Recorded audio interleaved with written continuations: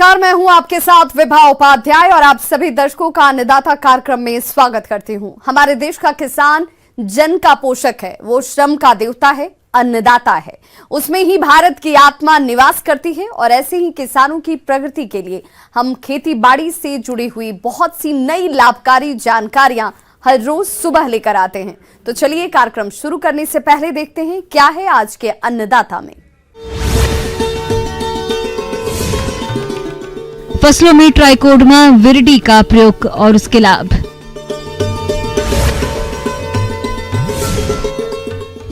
अच्छी पैदावार लेने के लिए प्याज की फसल का प्रबंधन।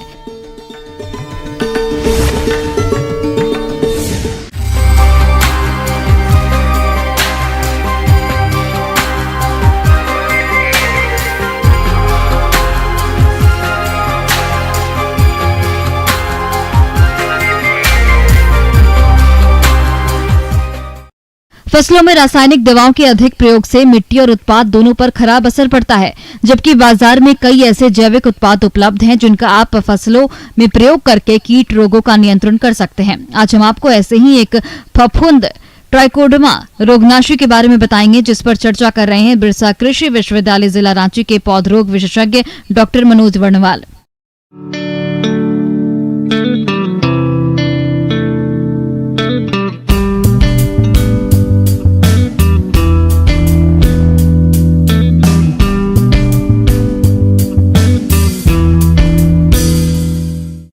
किसान भाई, सबसे पहले मैं बताना चाहूँगा कि ट्राइकोडर्मा एक बहुत अच्छा बायो कंट्रोल एजेंट है जो खास करके बहुत सारे बीमारी को रोकता है। उदाहरण के तौर पर देखा जाता है कि जो भी मिट्टी जनित रोग होते हैं उसमें इसका उपयोग बड़े पैमाने पर होता है।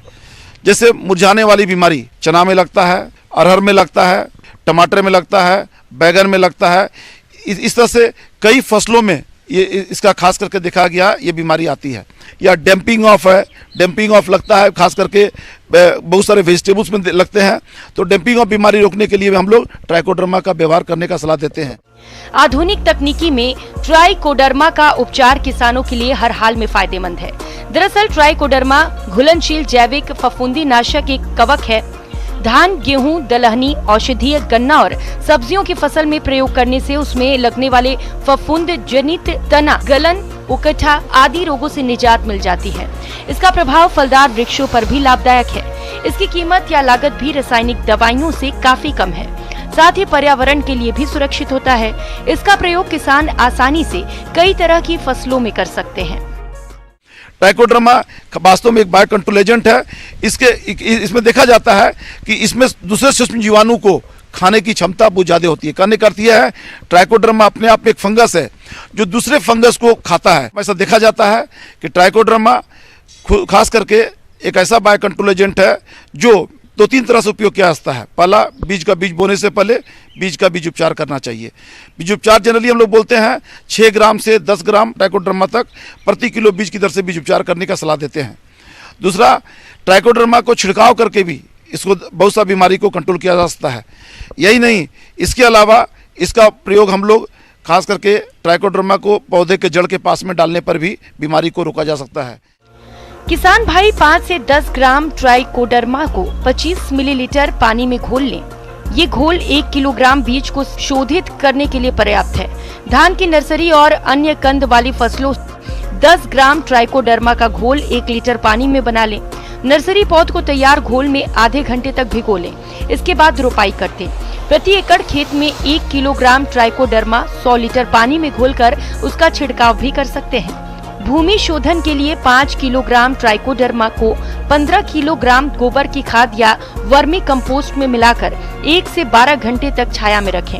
उसके बाद प्रति एकड़ के हिसाब से खेतों में मिला दें। इसी तरह 5 ग्राम ट्राइकोडर्मा को प्रति लीटर पानी में मिलाकर नर्सरी बनाते समय छिड़काव करें या गोबर की खाद या कंपोस्ट मिलाकर क्यारियों में बिखेर दें। खास करके हम लोग कहते हैं सब्जी में और फल में इसका बहुतायत में इसका प्रयोग होता है। ऐसा देखा जाता है खास करके किसान भाई कि ट्राइकोडर्मा को हम लोग गोबर में मिक्स करते हैं। जनरली हम लोग 1 से 2 किलोग्राम ट्राइकोडर्मा को 100 किलोग्राम गोबर में मिक्स करते हैं। मिक्स करने के बाद में उसको 15 से 20 दिन तक सड़ाते हैं। उस सड़ने से फ़ायदा ये होता है कि ट्राइकोडर्मा गोबर में वो तेजी से मल्टीप्लाई करता है और उसका मास मल्टीप्लिकेशन होता है।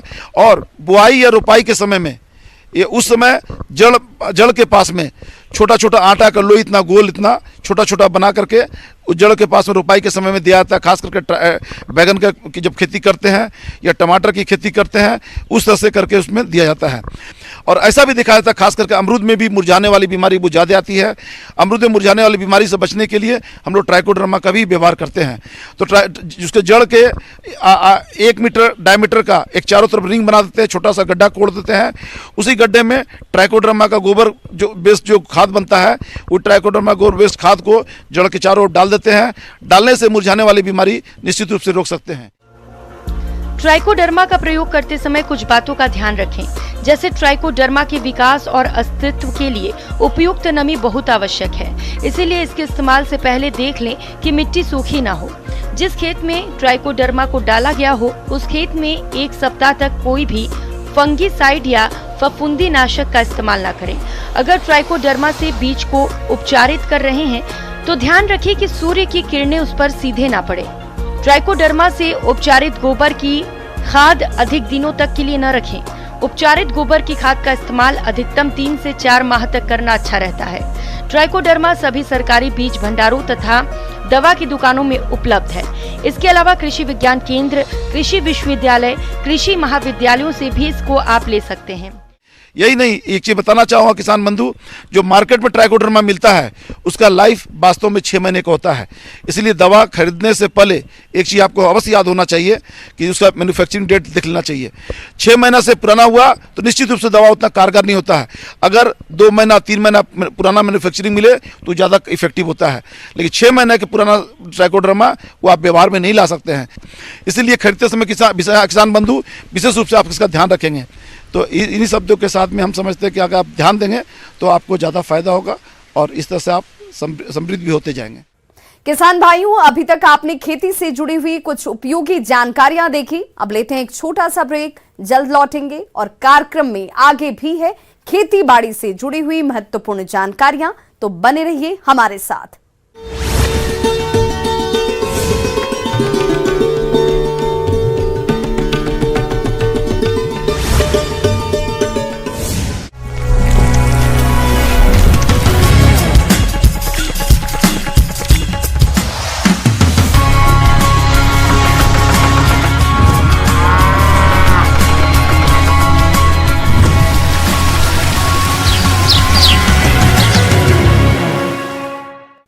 ब्रेक के बाद एक बार सभी दर्शकों का एक बार फिर से अन्नदाता में स्वागत है। चलिए रुक करते हैं अगली कड़ी की ओर।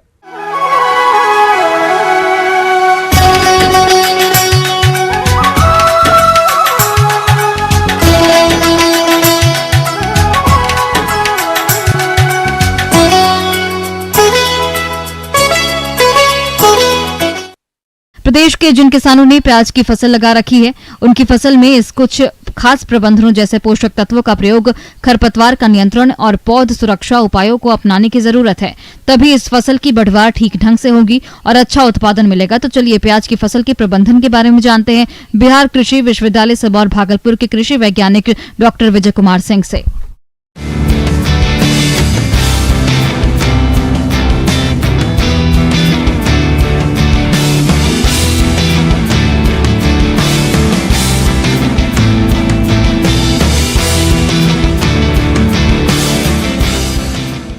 भाई प्याज लगा चुके हैं। अभी जो हम लोग प्याज तो बहुत सा किसान लोग लगा दिए होंगे या लगाने के स्थिति में होंगे। तो जो अभी जो किसान भाई प्याज लगा चुके होंगे तो उनको जो है इसमें घास बहुत परेशान करता है। तो 20-25 दिन के बाद जो है आप फिर एक निकाई गुड़ाई करें और निकाई गुड़ाई करने के बाद पहले तो आप प्याज लगाने के पहले जो है आप यूरिया हुआ, सिंगल सुपर फास्फेट हुआ, म्यूरेट ऑफ पोटास हुआ, ये सब दे चुके होंगे। तो 15-20 दिन के बाद हम उसमें निकाई गुड़ाई करके यूरिया जो 130 किलो बचा हुआ है उसको 2 किस्त में डालें। पहला 15-20 दिन के बाद मेरा निकाई गुड़ाई हो जाए तो उस समय डालें। तो जब 60 दिन के बाद जब उसमें निकाई गुड़ाई करेंगे तो 65 किलो यूरिया यानी कि 2.5 एकड़ में निकाई गुड़ाई के बाद डाल के उसमें छींट देना है। यूरिया छींटने के समय ध्यान यह रखना है कि खेत में भरपूर नमी हो। अगर नमी नहीं है तो सिंचाई के बाद हम यूरिया का छिड़काव करेंगे, यानी उसको खेत में छींटेंगे। अब है इसमें जहाँ तक सिंचाई की बात है, इसमें सिंचाई निर्भर करता है कि बारिश का क्या स्थिति है। बारिश मान लिया 4 दिन 5 दिन पर हो ही जाता है तो हमको सिंचाई की कोई ज़रूरत नहीं पड़ती है। अगर बारिश लंबा समय से नहीं हो रहा है तो उस स्थिति में हमको सिंचाई करनी पड़ेगी। जैसे ही देखेंगे कि खेत थोड़ा उजला टाइप का हो रहा है तो हम समझ जाएं कि अब इसमें सिंचाई बहुत ज़रूरी है। अब जब उसका कंद बनना शुरू हो जाता है तो उस समय निकाई गुड़ाई करने पर कंद कटने का डर रहता है, जिससे कि उपज पर उसका प्रतिकूल प्रभाव पड़ता है। तो उसके बाद आपको सिर्फ सिंचाई करते रहना है और बीमारी और रोग से उसको बचाना है। तो बीमारी में उसमें 2 तरह का एक बीमारी लगता है। एक लगता है आपका पर्पल ब्लॉच, एक लगता है स्टेमफिलियम ब्लाइट। तो ये दोनों बीमारी में क्या होता है कि पत्ता पर गोल लंबा ऐसा धब्बा बनता है। शुरू में वाइटिश रहता है, धीरे धीरे यह ब्राउन कलर का पूरा पत्ता में ही लग जाता है और पौधा सूख जाता है। प्याज का श्याम वर्ण यानी काला धब्बा रोग, इस बीमारी का प्रकोप अधिक होता है। रोग के प्रारंभ में पत्तियों के बाहरी भाग पर जमीन से लगने वाले भाग में राख के रंग के चकत्ते बन जाते हैं, जो बाद में बढ़ जाते हैं तथा संपूर्ण पत्तियों पर काले रंग के उभार दिखने लगते हैं। ये उभार गोलाकार होते हैं। इससे प्रभावित पत्तियां मुरझाकर मुड़ जाती है। इसके नियंत्रण के लिए मैकोजेब 2.5 प्रति लीटर पानी में घोलकर फसल पर छिड़काव करें। खेत में जल निकासी की सही व्यवस्था रखें। साथ ही फसल में संतुलित मात्रा में उर्वरकों का प्रयोग करें। बीमारी में जैसे बताया आपको कि जो पर्पल ब्लॉच लगता है, स्टेमफिलियम ब्लाइट लगता है, तो इसको बचाव के लिए क्या है कि कोई भी फंगिसाइड जैसे बोलते हैं कार्बेंडाजिम बोलते हैं, मैनकोजेब हुआ जो डाइथेनियम 45 के नाम से बाज़ार में आता है, तो इसका भी 2 से 2.5 ग्राम 1 लीटर पानी में डालकर आपको स्प्रे करना है। और इसमें भी आपको स्टिकर डालना बहुत ज़रूरी है। कीड़ा में जो है मेन इसका जो है थ्रिप्स है, वह बहुत ही महीन कीड़ा है, बहुत ही ध्यान से देखने पर पता चलता है, किसी लोग को तो पता भी नहीं चल पाता है। तो यह कीड़ा जो है पत्ता को रस को चूसता है। थ्रिप्स कीट यह एक छोटे आकार का कीट होता है जिसके शिशु और वयस्क दोनों पत्तियों से रस चूसते हैं। पत्तियों पर सफेद धब्बे बनते हैं जो बाद की अवस्था में पीले सफेद हो जाते हैं। यह कीट शुरू की अवस्था में पीले रंग का होता है जो आगे चलकर काले भूरे रंग का हो जाता है। इसकी रोकथाम के लिए मुख्य खेत में पीले और नीले रंग का चिपचिपे प्रपंच या ट्रैप लगाएं। खेत को खरपतवारों से मुक्त रखें। रुपाई के बाद डाइमिथोएट 1 मिलीलीटर मात्रा या फॉस्फामेडियन 1 मिलीलीटर मात्रा प्रति लीटर में मिलाकर 2 से 3 छिड़काव 15 दिन के अंतराल पर करें। तो कीड़ा से बचाव के लिए इमिडाक्लोरोपीड जो है 1 लीटर में आधा ml स्प्रे करना है। स्प्रे करने में ध्यान यही रखना है कि जैसा कि हम जानते हैं कि प्याज का पत्ता खड़ा होता है, चिकना होता है, तो दवा जो हम उस पर छींटते हैं उस पर सही ढंग से टिक नहीं पाता है। तो जब मेरा दवा टिक नहीं पाएगा तो पौधा पर असर नहीं दिखाएगा। तो इसके लिए बाज़ार में सेंडोविट करके एक स्टिकर आता है, सेंडोविट या और कई तरह का मार्केट में है, तो उस दवा का स्टिकर का आधा ml 1 लीटर घोल में डाल के स्प्रे करेंगे। ऐसा करने से क्या होगा कि पत्तियों पर दवा ज़्यादा टिकेगा, जिससे हमको वांछित फायदा मिलेगा। आगे और भी हैं खेती बाड़ी से जुड़ी हुई बहुत सी रोचक जानकारियां, पर यहां रुकेंगे एक छोटे से ब्रेक के लिए। जल्द हाजिर होते हैं।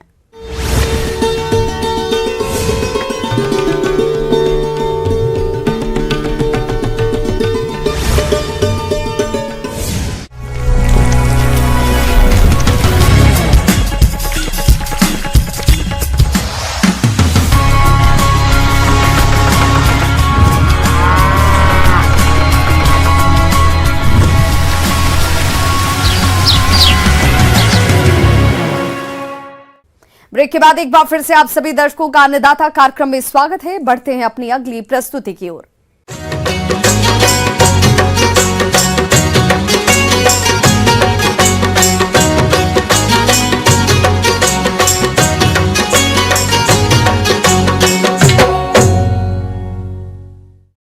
गोभी वर्गीय सब्जियों में फूल गोभी, पत्ता गोभी को तो सभी जानते हैं, लेकिन ब्रोकली का प्रचलन भी धीरे धीरे बढ़ रहा है। इसकी मांग बड़े शहरों, होटलों, रेस्टोरेंट में अधिक रहती है, जिससे किसानों को अच्छी आमदनी भी मिल जाती है।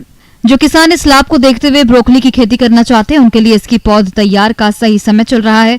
तो किसान इसकी कौन कौन सी किस्मों का चयन करें और पौध करते वक्त किन किन बातों पर विशेष ध्यान दें, इस बारे में जानकारी दे रहे हैं बिरसा कृषि विश्वविद्यालय जिला रांची के कृषि वैज्ञानिक डॉक्टर AM अंसारी।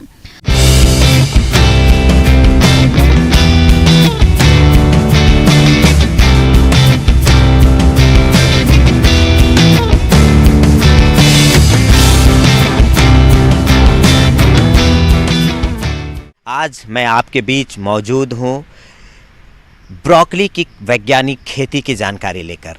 किसान भाइयों, बाज़ार में आप लोग देखते हैं, अच्छा ब्रोकली तो अब कोई नया नहीं है। जब शुरुआती दिनों में ब्रोकली की खेती की जा रही थी तो लोग कहते थे ये हरा रंग की फूलगोभी है क्या? हाँ, तो ये हरा रंग की ही फूलगोभी है, लेकिन ये ब्रोकली है और ये फूलगोभी की ही फैमिली का ये एक सदस्य है और ये हरे रंग का होता है, लेकिन इसमें पोषक तत्व और कुछ औषधीय गुण कुछ अलग होते हैं।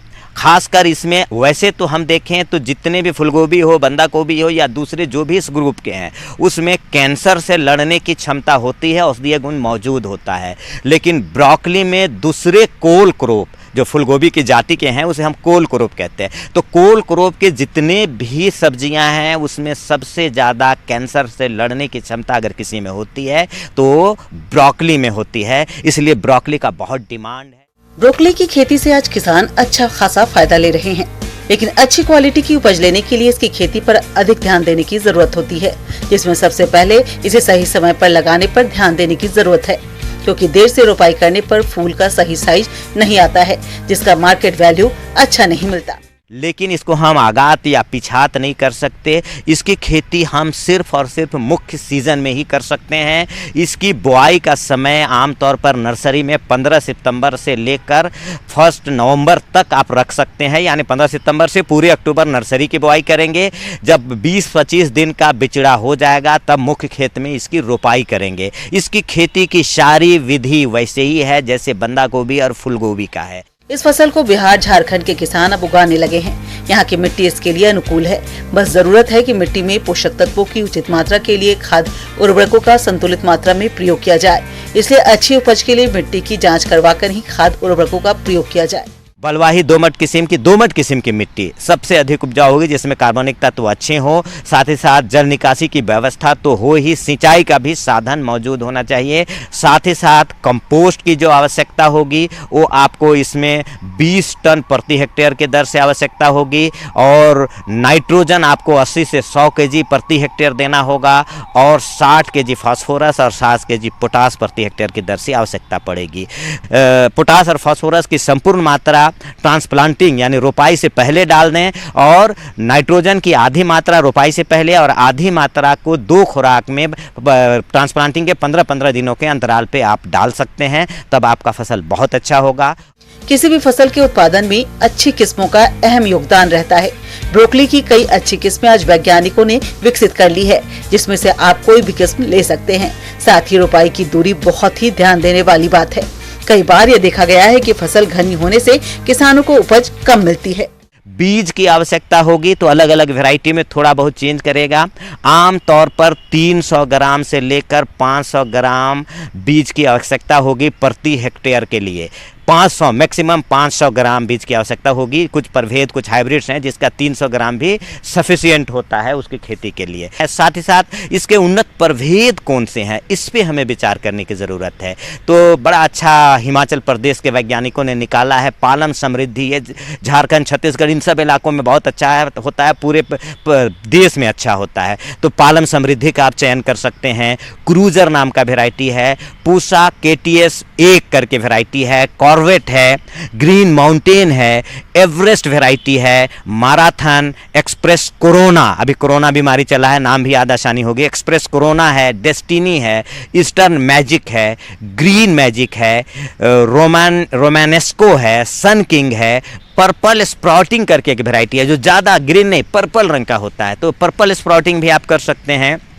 ये पर्पल कलर का ब्रोकली है, इसमें पर्पल कलर का एंथोसाइनिन मौजूद होता है जो एंटीऑक्सीडेंट प्रॉपर्टीज भी है। वैसे दूसरे ब्रोकली में भी एंटीऑक्सीडेंट प्रॉपर्टीज है, आयरन बहुत ज़्यादा है और दूसरे मिनरल्स हैं, विटामिन हैं, तो ब्रोकली के लिए तो बहुत अच्छा है। लेकिन पर्पल कलर का भी ब्रोकली का डिमांड बाज़ार में है, तो आप पर्पल स्प्राउटिंग का भी चयन कर सकते हैं और सफलतापूर्वक इसकी खेती कर सकते हैं किसान भाइयों। बस ये आपको ध्यान देना है कि बीज को उपचारित करके लगाएं। एक चुटकी आप बेबिस्टिन का पाउडर लेके आप इसको उपचारित करके इसको आप अपने खेतों में बुआई कर सकते हैं नर्सरी में, फिर आप लगाएंगे। बिचड़ा उगा के 20 दिन के बिचड़ा को ट्रांसप्लांटिंग करनी है, यानी कतार से कतार की दूरी अब 60 सेंटीमीटर रखेंगे और पौधे से पौधे की दूरी 45 सेंटीमीटर रखेंगे। साथ ही साथ किसान भाइयों आपको ये भी ध्यान देना है कि इसमें आमतौर पर जितने फूलगोभी बंदा गोभी में कीट पतंगों का प्रकोप होता है, ब्रोकली में थोड़ा कम होता है। नहीं होता है ऐसा नहीं है, लेकिन होता है। तो आपको सावधानी के तौर पे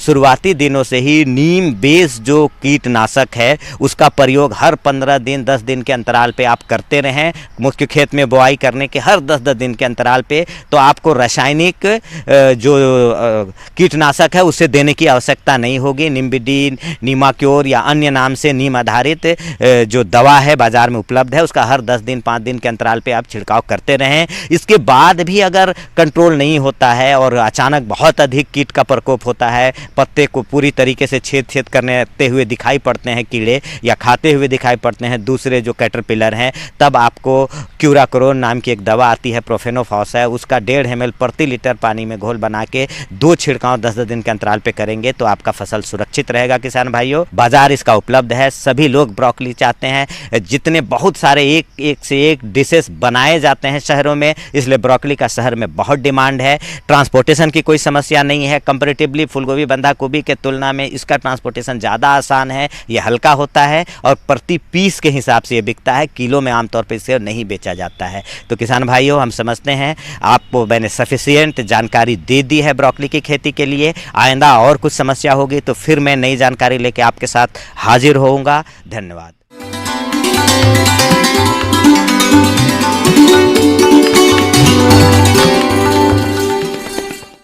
अन्नदाता हेल्पलाइन निःशुल्क फोन संपर्क सेवा के माध्यम से आपके द्वारा पूछे गए प्रश्नों में से 1 या 2 महत्वपूर्ण प्रश्न को हम अपने कार्यक्रम में शामिल करते हैं और इसी के तहत आज किसान का सवाल और उनका जवाब इस प्रकार से है।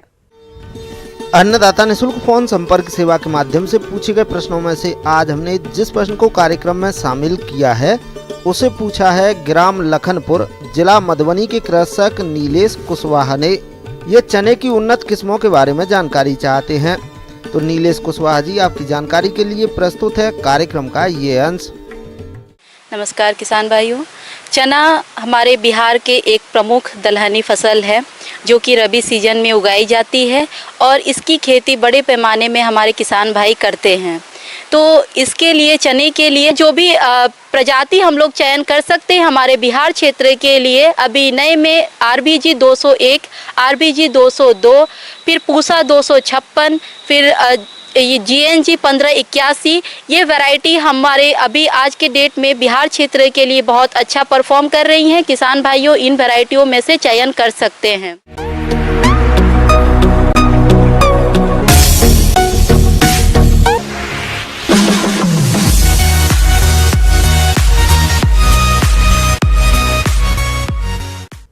आइए अब एक नजर डालते हैं राज्य के कुछ चुनी हुई मंडियों के प्रमुख फसलों के बाजार भाव पर।